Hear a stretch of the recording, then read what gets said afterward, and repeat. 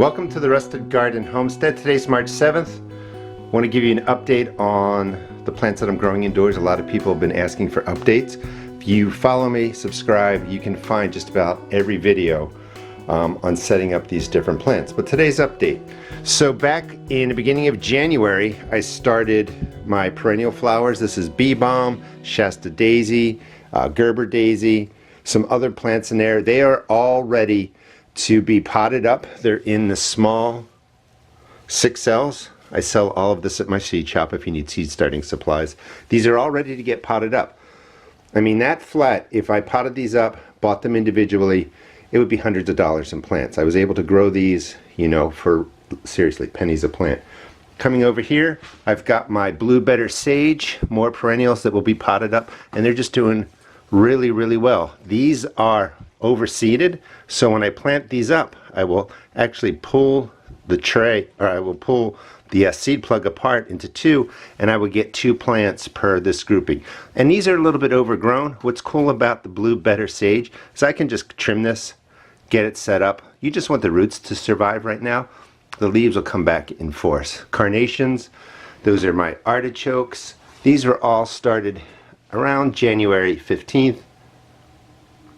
Peas for video props. I've actually been eating them. You can eat the tendrils. They're really tender and delicious. These are my micro tomatoes. They're looking a little bit yellow, so I gave them a little bit of nitrogen yesterday. If we get into here, rosemary, sage, let's let this suggest peppermint. Those are my alpine strawberries from the beginning of April. I'm sorry, the beginning of January. They're all doing really, really well. These were all prop plants showing you the difference between growth for peat moss, cocoa cord combination of the product. Eggplant right in there that was started on January 7th. Cucumber plants that went in on February 10th. Those are prop plants. I'll be doing a video on those. Way too early for your cucumber plants, just in case. Let's see, I did mention the artichokes, and the artichokes, you know, this group, same exact soil, did really, really well, nice and big, which is good. I only need about 6 plants. The other ones planted the same time, April 15th, they're just not doing as well. So I added in some nitrogen. They're starting to take off. Slow and steady on the water-soluble nitrogen. I primarily use fish emulsion. If my plants are really suffering, I might use some of the chemical types that just have much higher nitrogen in there. Some seed potatoes that I bought for a video. I'm going to be putting in my first wave of potatoes soon. And then throughout here, it's too early for tomatoes to be that big. Those were prop plants, but they're doing really well. More cucumber plants, tomatoes that were in that video, sweet potatoes that I just didn't need. Those are my pepper plants that were planted February 12th. They're looking pretty good. They are timed for about 8 to 10 to 12 weeks worth of growth. Here's my other wave of pepper plants that went in 10 days before, and they're looking pretty good. A little bit of yellowing. Again, I just gave them some more nitrogen. This flat is going to go outside today, start getting acclimated. That is spinach. More peppermint, rosemary, right in the back if you have a good eye. That's cilantro. Started a half a flat of eggplant on 224. And a half a flat of jalapeno peppers. These are actually for the nonprofit I volunteer at for Freetown Farm. We're growing a lot there, but I just started a couple plants here in case we get something weird happening with the stuff we're seed starting. Let me come around this side. Garlic chives, and if anybody's been trying to grow chives, for the last 2 years, no matter what company I'm buying the chives from, no matter how I seed them, no matter how I care for them, the chives are just not germinating. Prior to the last 2 years, I would call these some of the easiest plants to grow. It's just really odd. You can see some nice rosemary back there. And if you notice the brown, if you see some of the brown dust on there, that's actually worm castings. I sprinkle that on the surface of my seed starting mix, help manage some of the algae that grows, some of the fungus that shows up. It's an experiment basically, so I'm not saying go and do that, but it seems to be helping my plants. There's the cilantro a little closer up. Coming down to these I'm actually going to be doing a video today. So that's my ginger that I started indoors back on January 11th. So this is almost 8 weeks worth of growth. This gives this ginger an 8-week jump. If I planted this right outside of my garden in January, it's just going to sit there. It's not going to have any growth. So if you want to grow ginger, you want a good 8 to 10 months worth of growth. So indoors, 2 months, that counts. It's going to go out today. It's going to get covered with something to keep the soil warm. The growth will continue, and by the time May comes, this will be growing for a good 4 months. I'm going to have a great harvest of ginger.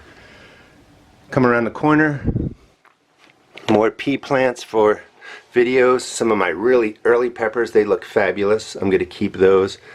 And then you can see some black-eyed Susans in there, some more bee balm, purple coneflower, that's butterfly weed right there, oregano, thyme. Everything is doing really well, and I encourage you to subscribe and follow me because I do videos starting in January all the way through December, and I just show you how to start seeds indoors and then go outside, plant, care for them, harvest, and all that. Let me show you 2 more places, the sweet potatoes and some stuff I'm acclimating now. Here are the sweet potatoes. I started, what is it, maybe January or something like that. I'm cutting these off, so after they're growing on here for a while, you give them a cut, you drop them into water, you let them root, and this takes about, I don't know, 7 to 10 days to look like this, and then another week or so for them to really grow and get ready for planting. Just a quick tip, these have been, the tips of where I've cut them have been rotting, making the water smell, I think damaging the root systems. If you put in a couple teaspoons of hydrogen peroxide or even a tablespoon, that will take care of any issues.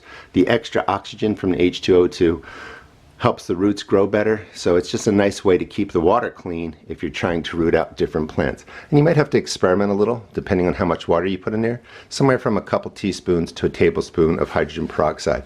So these look good. I'm going to have plenty of sweet potato slips. These are all going to get cut and put in water. These are what I just dropped down about 2 weeks ago, and they are starting to root. They're just much slower.